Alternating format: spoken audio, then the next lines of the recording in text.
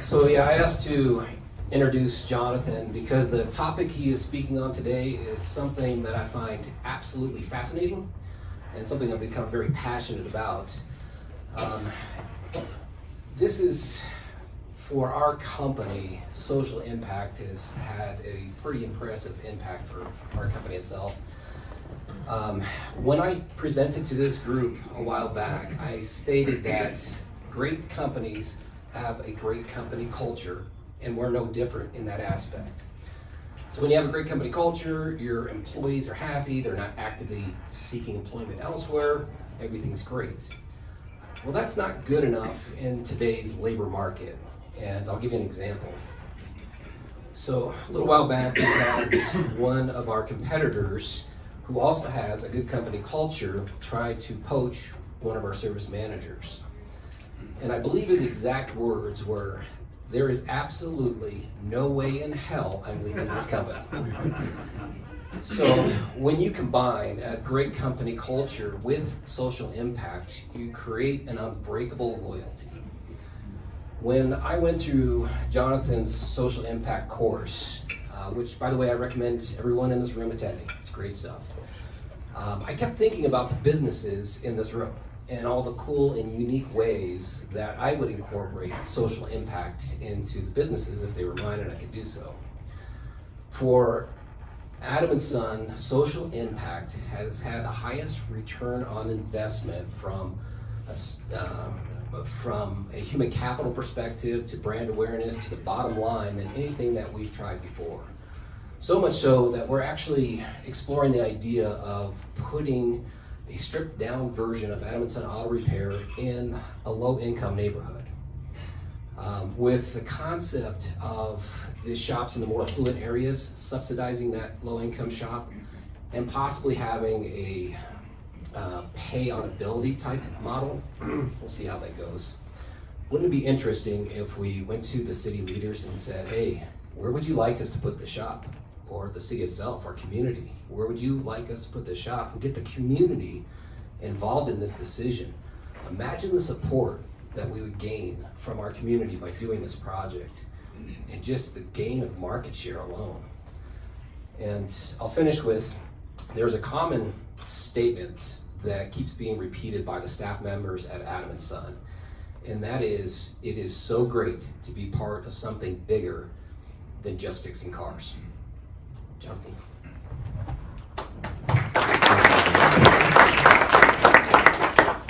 And well said too, and I'm absolutely going to speak to some of this today. It is about what does your company culture look like. It's also about what is your why. And I'm not talking about, oh, my why is to make money because I'm in business. That's not what I'm getting at. It's what is your reason for making money? I think for many people in this room, if you kind of asked a little bit further in terms of what's that why, it might be so you can travel. It might be so you can go and enjoy life. It might be so you could send your kids, your grandkids to college. I mean, there's a why behind everything that's just a little bit deeper. And so for those businesses that have really figured out what their why is, it's a little bit more apparent to them about why that business exists, why they get up in the morning to do what they do, and why should anybody else in the community care what they do. And so that's what this business model really is about. It's for those businesses that are out there that have more of a mission. And what's interesting is that there's a lot of nonprofits that are becoming more like a business. So this fourth sector, which I'll talk about today, is really it's a hybrid.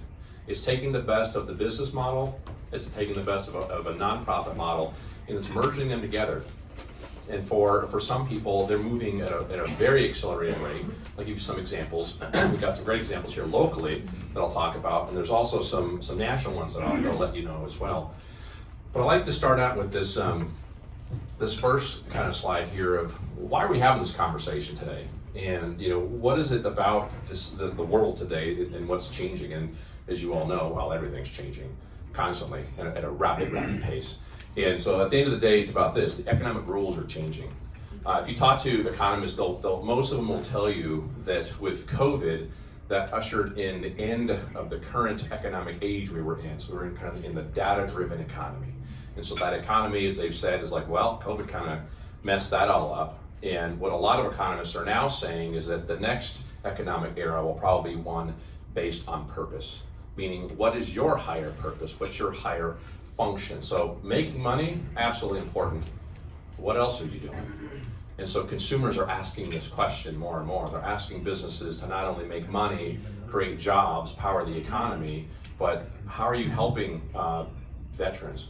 How are you helping at-risk youth? How are you helping these other individuals that have been affected in a negative way from COVID, or anything else for that matter? There's plenty of issues out there.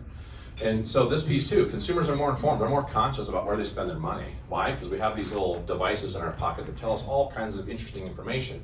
And so consumers want to know, what is the good work that you're doing? Do you give to nonprofits? Do you give to charity? And I'm in Colorado Springs, and so all of you, probably all of you, give some kind of money, benefit, donation, time, something to some nonprofit organization. This is a very philanthropic-minded town.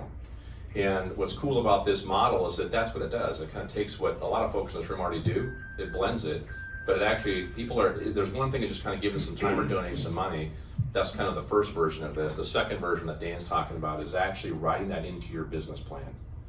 For some reason, 300 years ago in the United States of America, we decided to split the head from the body, meaning if you're a business, you kind of go over here. If you're a nonprofit and you want to do good, you go over here. And that makes absolutely zero sense. What we're seeing right now is kind of the head and the body are coming back together and functioning together as one. You can do some pretty impressive things that way as a business or a 501c3. If you're a 501c3, you can run a pretty impressive business operation, and as long as you're following GAAP accounting rules, you'll be fine. So we've kind of taken these tax statuses and we've turned them into a way of life and a way of thinking of you should only do this or that. And that's not what's happening anymore. It's being disrupted. So consumers are asking for more. Giving is changing. Foundations are changing. Impact investing. People are investing in companies that are doing good. And you got to define good, right? But they're making a lot of money. And so if Wall Street has figured out a way to make a lot of money on these types of businesses, then on Main Street, you can guarantee that they're going to kind of follow suit. So there's a lot of things kind of going on right now. It was absolutely going on before COVID, and COVID is just like pouring gas on a fire. A lot of the stuff that I'm going to share with you today is data that we thought we would see, 10 years from now, and we're seeing it today. And so we're seeing this accelerated rate of businesses doing things different and thinking different. But before I go any further, we define what is a social impact business, and Dan kind of hinted at it. And Dan is a good example of a social impact business, and we have a lot here in town. I'll show you a slide here in a second.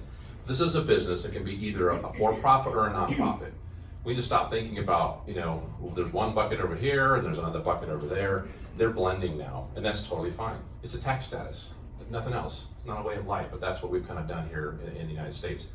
But it can be a for-profit or a nonprofit that has some type of social or environmental mission, or both, that creates some kind of benefit back to society. So they're making money and they're providing some kind of additional benefit on top of that. And for those companies that are doing this well, a lot of them are making a lot more money than they normally would. And as Dan pointed out too, there's two reasons why you do this. Number one is, if you do it right, you could actually make more money. The other reason, which is probably more important, I think, to a lot of people, is that it will absolutely, there's data before even COVID came out that showed that social impact and purpose-driven companies, it's easier for them to recruit top talent, and it's a lot easier for them to retain that talent. And so now in this weirdness of the great resignation that's going on, I've talked to a lot of these social impact businesses here locally, and I've asked them during COVID what happened. I would tell you just anecdotally about 90% of the ones that I've talked to said, we grew during COVID. And are you having problems recruiting people? No, nobody left. They're saying the same thing that Dan talked about of, there's no way in hell I'm leaving this company. Why? Because I'm part of something bigger. I'm not just a cog in a wheel making money for somebody else. I'm part of the process. I'm part of the solution. I'm making the community that I live in better. And I'm using the powerful economic engine of capitalism to do that. So it's a very powerful model. So people are very interested in doing this. Here's some local companies. And hopefully you've heard of all of them. If not, you should check them out. They're doing some really amazing things. And so, and it can span the gambit. And so anybody can do social impact. There's no right way to do this. There's no wrong way. At the end of the day, it has to deal with this, is that we're all humans and we all care. There's some cause you care about, some type of thing that you're passionate about. But what we've been taught, and again, this is where this is changing, is that you kind of keep the for-profit and the nonprofit separate. So go make money, and then with that money, then go donate that to nonprofits. And that's great. They need help, they need support now more than ever. There's a lot of changes going on in that market too. But again, what you see is you have people here that are mixing the business model. They're combining these things together. And so I'll give you a couple of different examples. Mission Catering, because I heard Travis is in this group now. So Springs Rescue Mission has a social enterprise, which is a mission-driven business that does catering services. Number one, they're taking the people that they serve, they're putting them into a job, and they're training them how to do food service operations so they can go get a job, get out of public entitlements, get out of homelessness, and move on. That's a powerful mission. They're also making money by selling the food. And so, and they make great food. And so that's a simple idea of just utilizing a business model to generate income and revenue, but it also pays for your mission. And you're literally taking people that are homeless and you're giving them a job and a function and getting them off the streets. It's a very eloquent kind of way of doing that. James Proby, Men's Exchange. He's just down the street on Tejon. For anybody that needs a jacket, they're $40. If you want a suit, they're $60. I've gone to James and purchased a cashmere jacket that normally would retail for about $1,000. I got it for $40. And what James does with that is that for everybody that goes in, his whole function is there's a lot of people in this town that when they're trying to go get a job interview, specifically a lot of military men and women that have been soldiers for so long that they're kind of trying to transition back into being a civilian. They don't have the clothes because they've got uniforms. So when you go buy a suit from James or a jacket, every 9th suit, he gives one away for free to somebody in the community that's in need. So one, you're buying nice stuff that's not expensive, and two, you're helping to dress somebody else in the community so they can go get a job. This is another one, since we're on this topic, Inherent Clother. They're on Tejon as well. These are custom designed suits. They're not as cheap as James because they're custom suits, but they're focusing on men's mental health issues. And so you've got people that are up here doing things around human trafficking, empowering women-owned businesses. Blue Star Recyclers takes folks on that are autistic and they help to break down computer recycling parts. And you have for-profits and nonprofits up here. And again, at the end of the day, it doesn't matter. It's just how are you using business, how are you using capitalism to generate income and revenue and use that money to help pay for some type of mission or to help solve a social issue. And so there's plenty. And again, typically you got any business owner, again, like I said, in this town, is teamed up with some type of nonprofit or doing some type of good. This is just folding it into your actual business model and you're generating income on it to solve more of those problems or solve more of those issues. Wayne? Bristol Brewing does that too, don't they? Bristol Brewing does. I'll tell you what, like pretty much any brewery here in town has some type of social component to it now. I think Red Leg is up here. And, oh, by the way, this is not all of them. This is what I could fit on one slide. We have like 5 usually, but we don't have time for that. So this is just some local examples. Trails and Tap Room is another one. Very unique business model where they're trying to raise money for trails and open spaces. So whatever your passion, there's a cause for everybody. People are folding that into their business model versus making money and then giving it away to somebody else to do. You can do that too. But we're seeing more and more businesses across the United States switching to this model. And I got some data and research here in a little bit that I'm going to show you. But before we go to that, I'm going to show you a fun video. So anybody heard of the company called Bombas Socks? A couple people. So I also teach it at UCCS, and fortunately, after years of me nagging them, they allowed me to. I'm working on a master's program for this. So I'm teaching social impact for the first time this semester.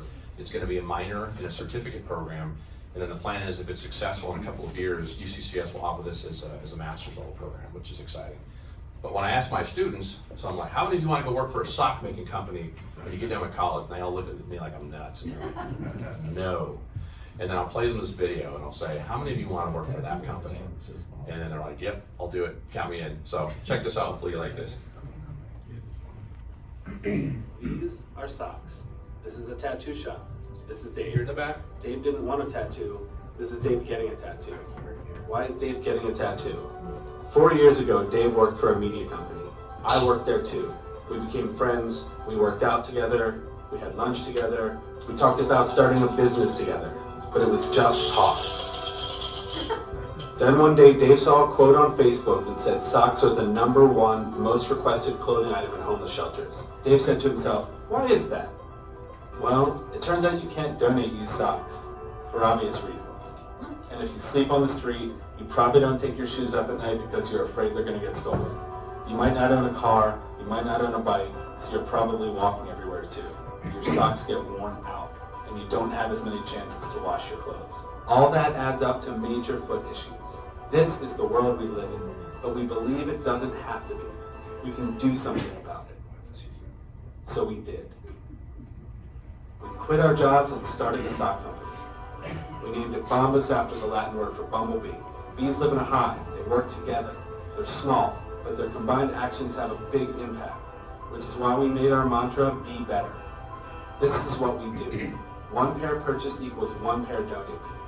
To donate a lot of socks, we knew we needed to sell a lot of socks. And to sell a lot of socks, we needed to make the best socks in the history of feet. We started with this. Tore it apart and changed everything we didn't like. Socks shouldn't have an annoying seam. Fixed.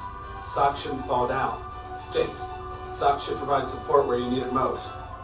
Fixed. It took 2 years to make our dream sock. We thought we had something special, but we didn't know if anyone else would think so, which is why Dave said, if we donate 1 million pairs of socks, I'll get a tattoo to celebrate. I said, I'll hold the camera. He said, deal, and we went about our business. But then something happened. People loved our socks. Here, here, here, here, here, here. They bought a lot, and we donated a lot. Our supporters became evangelists, not that kind, that kind. Instead of taking 10 years to donate 1 million pairs of socks, it took 2.5 years. 1 million pairs. 1 million in 2.5 years. That's over 1,000 pairs a day. It was hard to believe. It's surreal. So Dave got that tattoo, which means he can show it off at dinner parties and say things like, I'm so smart and successful.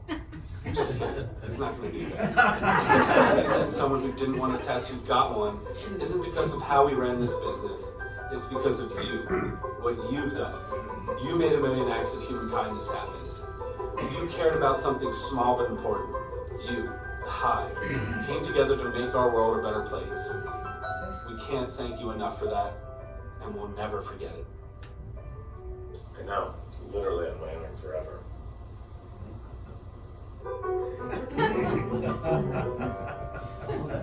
What, it doesn't come up?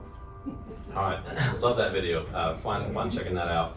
So that was there back in 2016. That was the 1 million socks sold thank you community. Anybody want to guess how many socks they've sold now? 10 million? More. Oh.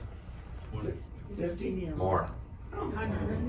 About 65 million pairs of socks they've sold already. And by the way, these socks they're the most comfortable socks you'll ever wear. They're not cheap.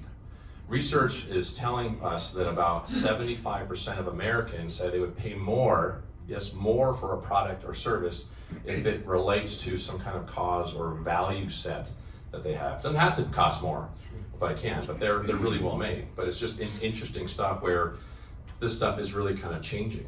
And so along with that, I'll get into some of some interesting data here. So this global study from Forbes and Zeno, they were the marketing company that did this.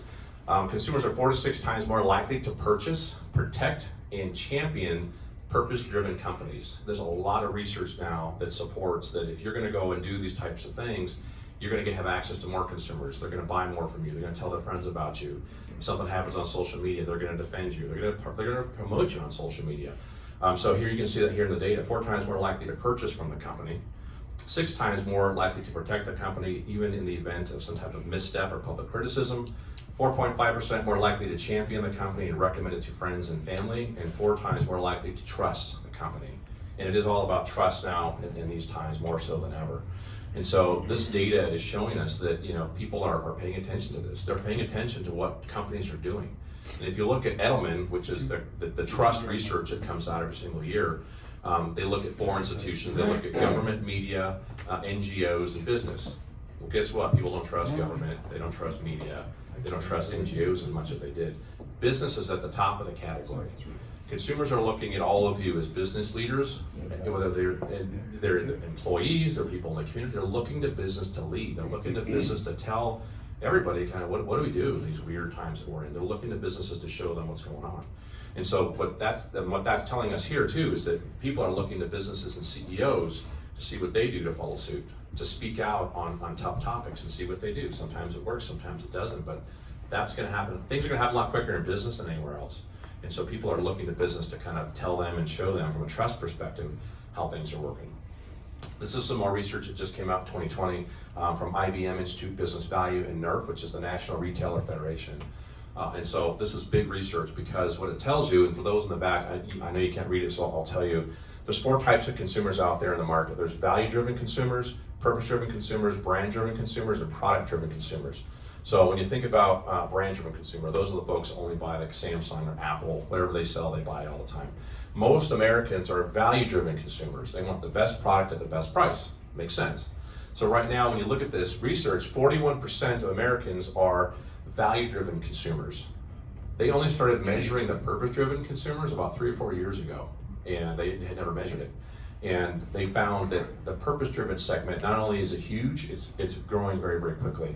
So currently right now, as of 2020, 40% of Americans are purpose-driven consumers. In some of these categories, they're this dark blue, they're actually already bigger than the value-driven consumer. I guarantee you within the next 2 to 3 years, maybe even less, for the first time ever in our market, the purpose-driven consumer will be probably the #1 consumer in the United States. They're looking for businesses that have purpose, that are providing additional value. Yes, make money. We live in a free market with a capitalist society. We want to make money, we want to create jobs, but consumers are asking businesses to do more. They want to know what else you're doing. And a lot of businesses are already doing this. I've talked to some businesses in this town, and they've said, well, I'm doing some good work, but I don't want to brag. It's not bragging if you're just telling your story. Being honest, telling people, be proud if you're doing some good work, if you're providing value back to the community. And I know a lot of people in this room are already doing that. So make sure you're telling people. They want to hear, and it's not. And I talked to a construction company the other day, and they were like, yeah, this is cool stuff. I like it. It makes sense to me, but I'm not going to tell that story because that's not going to help me sell more product. I'm going to sell more. I'm not going to get more jobs. And I said, well, you may or you may not. Don't be so quick to do that. He's like, so why would I do this? And I said, it's really kind of simple. And it's kind of the example Dan gave. It's like, again, you can make more money, but it's also great for employee retention and recruitment. And I said, well, what happens when another construction company starts to do this stuff and takes all your employees because they get a different culture than you? He's like, I hadn't thought about that. It's like, yeah, it's as much internal as it is external to that. So your internal stuff for your employees and for that reason of coming into work and reason for working for that company, it's absolutely important. So you just got to think different a little bit about this business model. So let's dive into the model itself. So all of us throughout our whole lives have been told you have 2 choices in life. Whether your parents told you, you're a high school guidance counselor, you figured it out on your own, you kind of had 2 choices, right? One, go do good in the world, go work for a nonprofit, take a vow of poverty to do it, right? Let's be honest. But you'll do good work, right? But you might not be able to pay those bills. Then over here, or go work for a for-profit company, make a lot of money. You might not agree with everything that they do, but it's okay. And I've talked to a lot of people in this town that have said, I made my money, now I'm going to go start a nonprofit. And it's like, well, time out, hold on. Well, why do you need to start a nonprofit to do good? Why can't you're an entrepreneur already, you're very successful. Why can't you start another business that focuses on some type of need in the community? And the response I usually get from people is, you can do that? And the answer is yes. So there used to be two choices. It was either or. People bounce between the 2. Now what we are seeing is that there is a third option. There's an and. You can do both. And so that's where this notion of kind of the 4th sector comes from. And again, as I mentioned, it's kind of a hybrid. So everybody's familiar with the private sector, for-profit, government, and then the plural sector, which is formerly the 3rd sector, the nonprofit sector. This 4th sector is here kind of in the middle, and it's a mix between both. It's how do nonprofits become more business-like, how do businesses have more of a mission or higher purpose? You can do both. And so what we're hearing is that this 4th sector, this is just a placeholder. This will probably be renamed the purpose-driven sector, or the purpose sector is what it will be. But here's what you got to think about this, and this is why this is important. The last time there was a new sector of the economy that popped up, it was here in the nonprofit sector. That was about 300-400 years ago. That was the last time a new sector emerged. So we're in the middle of watching one emerge, and most people aren't even aware this is going on. A new sector means there's a lot more opportunity, there's a lot more business, there's a lot of things need to come with that too. There's not as many resources yet, but it's quickly happening. It's happening pretty rapidly where there's new stuff going on. But to give you kind of an idea of how the fourth sector plays out and the business models inside of it, this is the chart we use.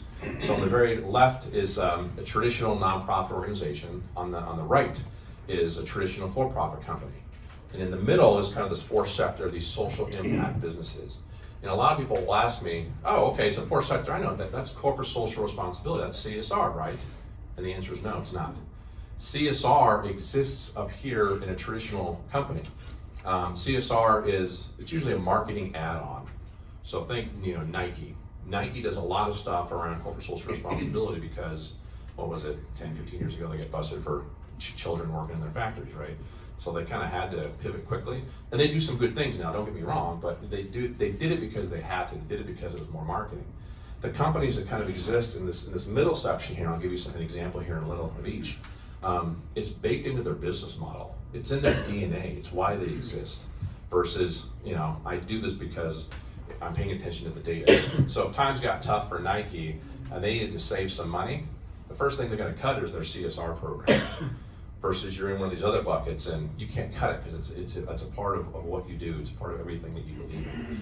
So some examples of each. So a social enterprise could be a for-profit or non-profit. It's a business that exists to solve a social mission. It's the whole reason they exist. And so Bombas, with that video, you heard a good example. They didn't just say, hey, we're going to start a sock company, and oh, by the way, then we're going to go give it away to homeless people. They reversed it. It was, what's my mission? Well, I want to go give socks away to homeless people because you can't give those away. By the way, they're starting a new product line doing the same thing with underwear because you can't donate that, and it's a requested item in shelters. And then they picked the business model, so they flip it. And so this is a mission-driven business. Bombas is a good example. Newman's Own is something called a social business. There's a subtle difference in there. Most people go, oh, Newman's Own, I've heard of them. That's a social enterprise, right? No, they're social business. And people are like, what's the difference? The business is subtle, but it's important. Bombas does the work directly themselves. They take those socks, they make them, they donate it to different charities, nonprofits. They do the work on their own. Newman's, and there's a lot of companies that do this, their whole mission is to generate revenue and income only so they can give it away. So that's why this company was formed, to give all the profits away to charitable organizations. And when they started, it was mostly educational nonprofits, and they do a lot of different things now. But they don't do the work. They make the money and they give it away to a nonprofit to do the work. So it's kind of a subtle difference. So if you're a social business, you have a commercial goal of making money, but you give some of that money away to some other person for another cause for them to do the work. So again, like I said, it's kind of subtle, but it's important. This is going to be a for-profit or nonprofit model. As you kind of cross this line, move over to the right, conscious capitalism, and then legal entities. So there's something called a public benefit corporation. It's been legal here in Colorado since 2013. It's a first generation model for social impact businesses. There's also something called an L3C. It's not legal here, but it's legal in 16 other states. We're seeing for the first time a new business definition of doing this type of work. And so Patagonia is a good example of a public benefit corporation out in California. Starbucks is a good example of a conscious capitalist where we're publicly traded, we make a lot of money, but we do things that are a little bit different in the industry because it's about that culture. So they're still paying benefits for part-time workers. I've got a friend who's got a daughter who works there, and she's working like 20 hours a week. She's getting full medical benefits. They're paying for her to go to college online to ASU. She's getting her degree through them. They're paying for that. They had a focus, a couple of years of focusing on getting veterans employed. So they're always kind of changing their models, but it's about fair trade coffee, offering better wages, taking care of their employees, doing work in the community. And so there's just a lot of different examples of companies in this bucket that are doing some great things. So there's a lot of publicly traded companies out there now that are making a lot of money doing this type of work. And so again, when done well, it works. When not, it doesn't. Those are just some examples of the organizations that work. There's some books here where this information is coming from. You can find all this stuff on the website for the National Institute for Social Impact. You just type it into Google and all this stuff's out there for you. But more importantly, I want to get into some data as I wrap up here. This is now 10% of the GDP in the US and Europe. They haven't even tracked this stuff here before in the US. They were tracking it in the UK, but now we're seeing more and more of these businesses start up and ramp up. So a couple years ago, there's maybe 100,000 or so a year. Now we're in the tens of millions of startups across both countries. More and more people are starting these businesses. One, to make money, but two, because they also want to do something else. They want to do two things at once. They want to give back, solve problems, create value, make money. This is some research that just came out too, 2020. This comes from Porter Novelli. And so this is kind of in the middle of the pandemic, they started asking questions about purpose. And so this research I'm going to share with you today, they asked Fortune 500 C-suite executives. So this is kind of from big corporations, and it's from all the C-suite. So they had about 1,000 different respondents from a couple different businesses. But here's what they're saying, is that 91% believe that business must benefit all stakeholders. You've got to make money for your shareholders, but you also got to benefit your employees, your community, etc. 88 know now more than ever that companies must lead with some type of purpose. So yes, make money, you gotta make money, that's a given. Everybody wants to make money. What else are you doing? It's become like this value-added business differentiator, right? Depending on what you're doing and how you're working. And then 85% say it's no longer acceptable just to make money. Everybody's doing that. What else are you doing? How else are you making this work? Which is a huge chunk. And then this slide I think is absolutely fascinating, because these are all the things that are important to business. These executives of these Fortune 500 companies believe that purpose-driven companies reap the following positive business outcomes. 99% reputational benefit, 95% employee recruitment and retention, 93% increased customer trust, increased loyalty, likelihood to recommend, likelihood to purchase, differentiation from peers and competitors, improved financial performance. I mean, all those metrics are all the things that we want to make sure that our businesses have. And so when done well and done right with this purpose-driven type of focus, businesses are seeing this. Again, these are publicly traded companies are seeing this happen. And so again, when done well, it's possible to kind of have this. So the overarching takeaway from this is, purpose-driven business is smart business. The other thing I will tell you is that it's here to stay. When you look at the millennial generation, 75% of millennials believe that this is the future of business. When you look to the Gen Z generation, this research just came out like a year ago, 90% of that generation believes that this is important. So when you're talking to the younger audiences, one, they're looking for businesses to buy from, and they're also looking to go work for them. Millennials are also starting these types of businesses as well. So there's a lot of changes that are going on and a lot of exciting things. The last thing I want to leave you with is this. During the pandemic, BBB has been focusing on doing some research. We're working on a pilot program called BBB for Good. So a lot of the questions we've been getting at BBB are this. Right now, we have this missing middle, because we've got the for-profit accredited business, and we've got a nonprofit. There's an accredited charity that we offer. And so a lot of people, come to us every single day. And during the pandemic, our website traffic tripled. We've not seen, everybody came to BBB because it was all about trust. So just here in our city alone, for Southern Colorado, we had about 1.2 million individual views on the webpage, which was insane. So for those of you who are on the website and are accredited businesses, there's a lot of people checking out profiles they want to see who they can buy from. So that's what this does.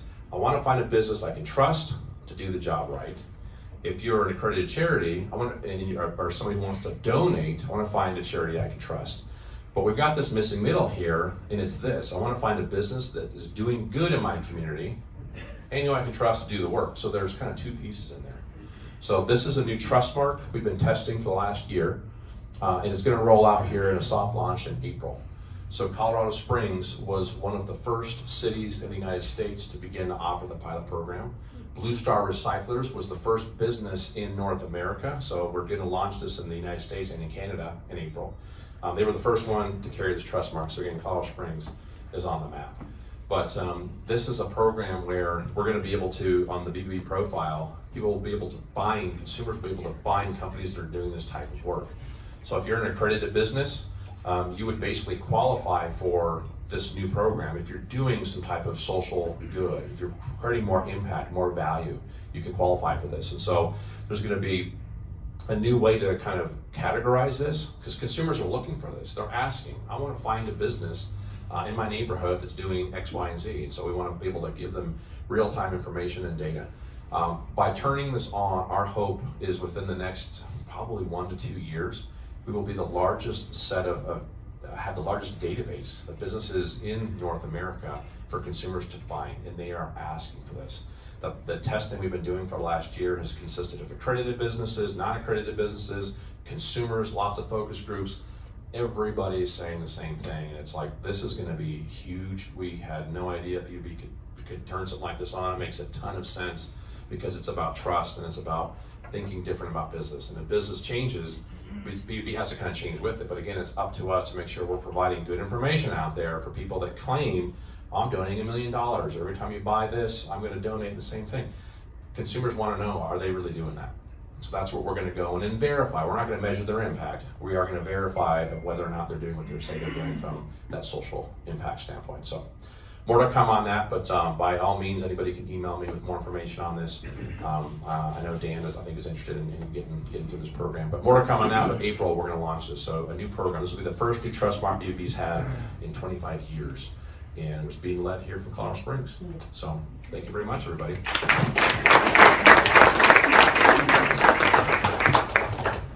So before you step away, thank you, Jonathan. If you pull a slip. Actually, I think two, because you have two. So our lucky winners are Diane Angolia and Don Godey, and he has $25 gift certificates to Switchback's Coffee House. Any questions?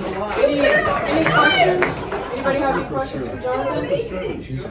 Okay, Gary. Thank you.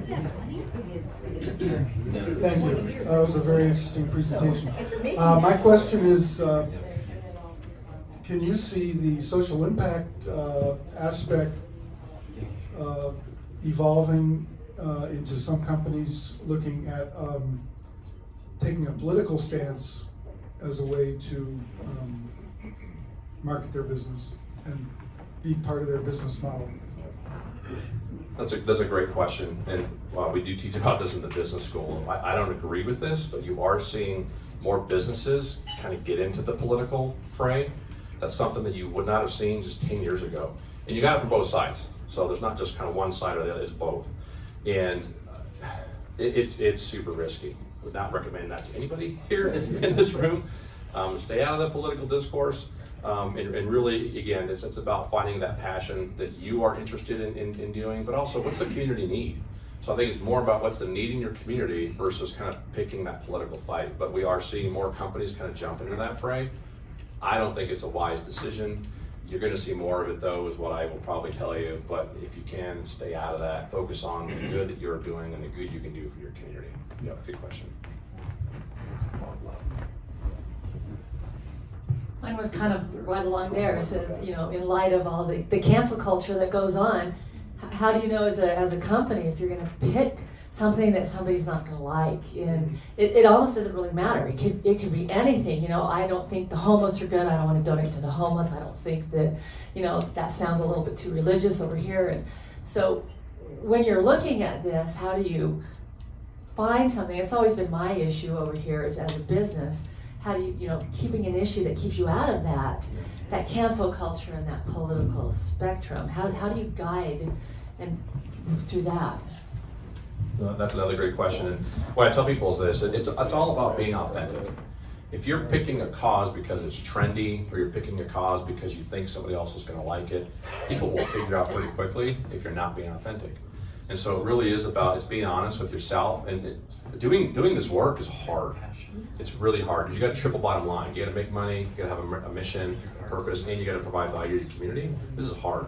So you better love what you do, and you got to stand kind of behind it. And a lot of people that do this work have some kind of personal story, and we're all human, so we connect to those personal stories. If it's a marketing campaign, people will call you out on it. If it's like, this is what happened to me, this is why I'm doing it, people usually will back you up. And in this town, we've seen with a lot of the social entrepreneurs in the work that they're doing, people absolutely stand behind them because they're being real. So that's what I would just say is be authentic and tell the story, be honest about it, about why you're doing it, why it's important to you. And people typically in this town, I found, will back you to the moon. I mean, they love that, but it's about being authentic, it's about being real, and it's not just a marketing message. It's part of your business model and your purpose. Can you tell about the training you have coming up? Yeah, thank you. So the training we have a couple things that we do. Once a month we do a free session that's called just Introduction to Social Impact. So it's a more in-depth kind of view of what this looks like, updated trends. This stuff changes all the time. There's all kinds of cool research out there. So that's free every month. It's on the website. The program that Dan went through is called our Certification and Training in Social Impact Strategies. That's a 3-day intensive. And that's where we sit you down, we go through, if you want to start a new business, you come out with a business plan. If you have an existing business where you want to fold some of this into it, same thing. We're going to come up with like a business and a marketing strategy in terms of how you can put this into an existing business. So it's really about hands-on stuff, information about how you can do this, how you can, small steps, right? Take an existing model and do a new model. So the next one we have coming up for that one is next month. It's in April. So it's our certification strategy and social impact. That's also on the website as well. But yeah, any questions you have, by all means, shoot me an email, let me know. Want to grab a cup of coffee? Happy to do that as well. And I talk to boards, I talk to employees about this stuff all the time, business owners, just kind of helping them understand, what is this? How does this work? And is this right for me? It's not right for everybody. But if it is, give me a call, happy to help.